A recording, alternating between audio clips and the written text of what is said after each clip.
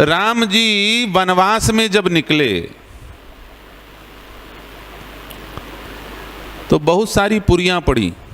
सबसे पहले अयोध्यापुरी, फिर किष्किंधापुरी, फिर लंकापुरी।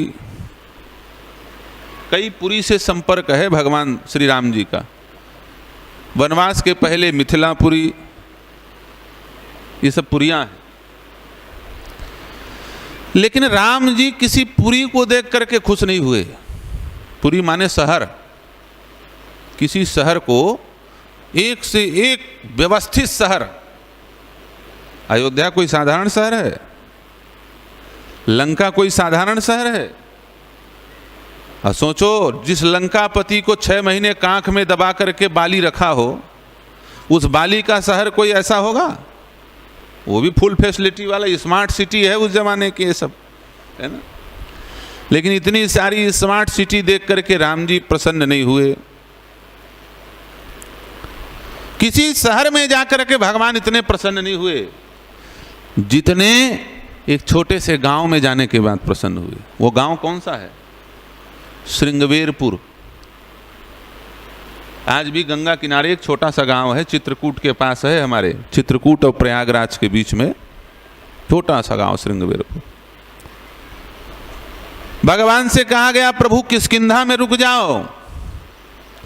राम जी कहते हैं, पिता बचन मैं सुनहूं हरीसा, पुर न जाऊं 10 4 बरीसा। है हरीस, हरी माने बंदर। अब बंदरों का ईश राजा कौन है? सुग्रीव।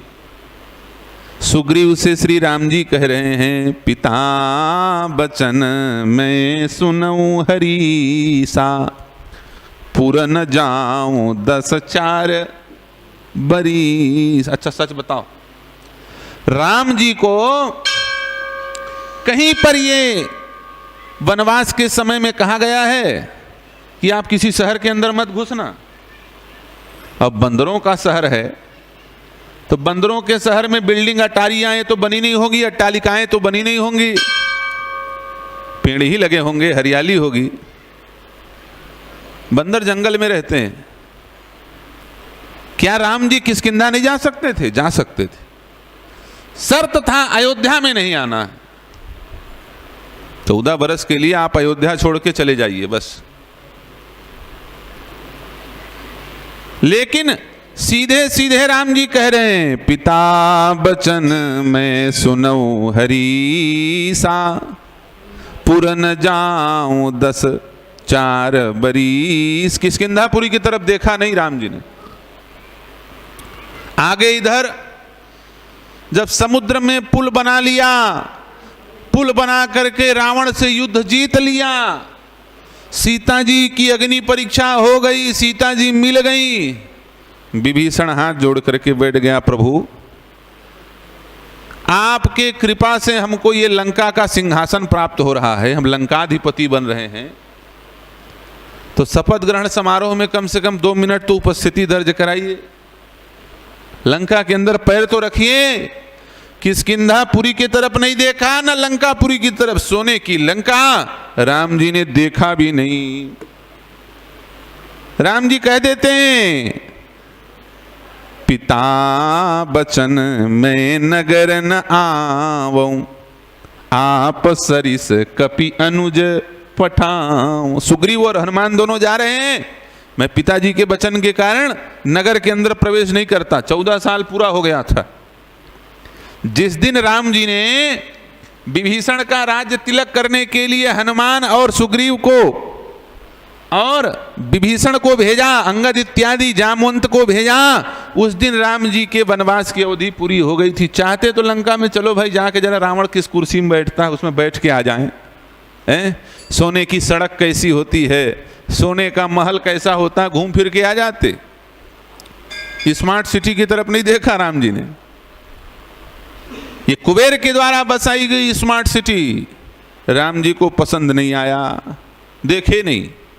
लेकिन एक छोटा सा गांव और एक छोटा सा गवैया केवट, राम जी ने जब देखा तो देखते रह गए, और केवल देखा नहीं, प्रसन्न हो गए। अब प्रसन्न कैसे हुए? बोले अट्टहास करके हंसने लगे। अट्टहास करके हंसना ये श्रेष्ठ जनों को शोभा नहीं देती। अट्टहास करके जो हंसता है बहुत दुष्ट व्यक्ति होता है, कहते हैं।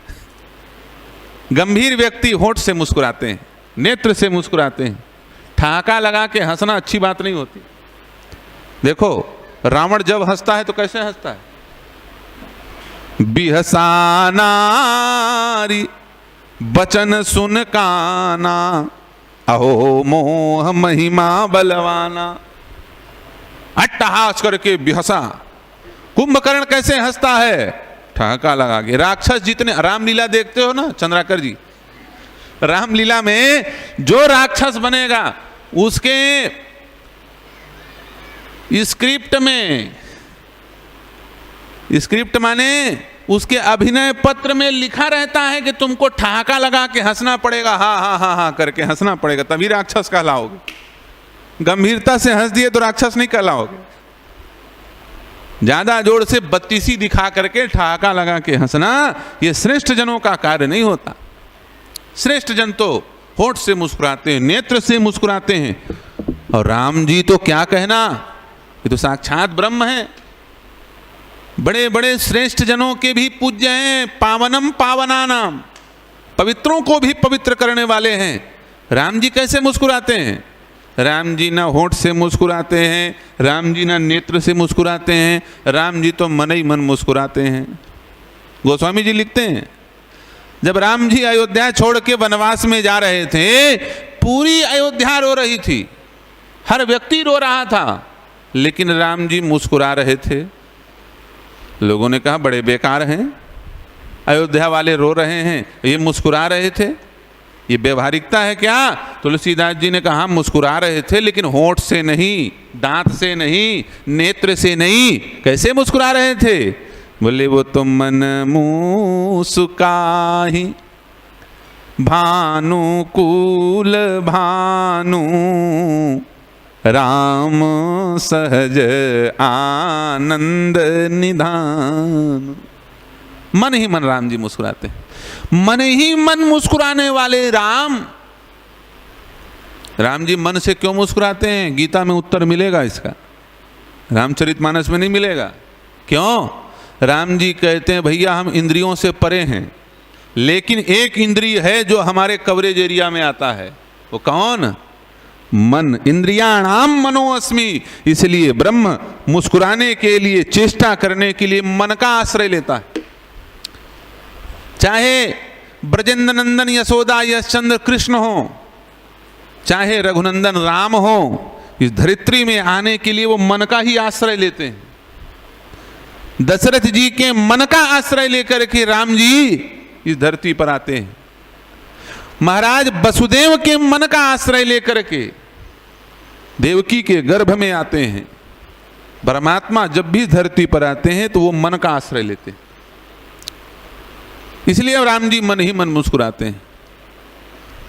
मन ही मन मुस्कुराने वाले राम सारी मर्यादा तोड़ दिए गांव वालों को देख करके। गांव को देख करके, छोटा सा गांव श्रृंगवेरपुर, और केवट, कोई पढ़ा लिखा नहीं, कोई वेद विद्यालय नहीं गया, स्वस्ति न इंद्रो विधस्वाहा पढ़ना नहीं आता, स्वस्ति वाचन नहीं सुना रहा है, रामचरितमानस की चौपाई नहीं सुना रहा है, कोई बहुत भारी वेद वेदांत धातु ब्रह्म जिज्ञासा ब्रह्मसूत्र की व्याख्या नहीं कर रहा है। क्या बोल रहा है? उल्टा पुल्टा जो मन में आ रहा है बोल रहा है। और बोलने का तरीका भी ठीक नहीं, धमकी दे के बोल रहा है। जो प्रभु पार अवस गाचहु, मोहि पद पदुम पखारन कहू। यदि आपको गंगा पार करना है तो मुझे पैर पखारने के लिए बोलिए, दीजिए नहीं। पैर पखारने के लिए दीजिए, ये बात समझ, बोलिए। आर्डर दे रहा है, पहले आदेश लेने के लिए आदेश दे रहा है। राम जी ने कहा बड़ा अटपटा, यही अटपटा है ना। अटपटा की व्याख्या करोगे तो क्या अटपटा, कोई सिद्धांत नहीं, उल्टा पुल्टा उलट पलट लंका सब जारी सब उल्टा पुल्टा कर दिया। जिससे आदेश लिया जाता है उसको आदेश दिया नहीं जाता। यदि सेवक हो तो स्वामी को आदेश दे नहीं सकते। ये तो पहले सेवक मिले जो स्वामी को आदेश दे रहे हैं। मोहि पद पदुम पखारन कहूँ,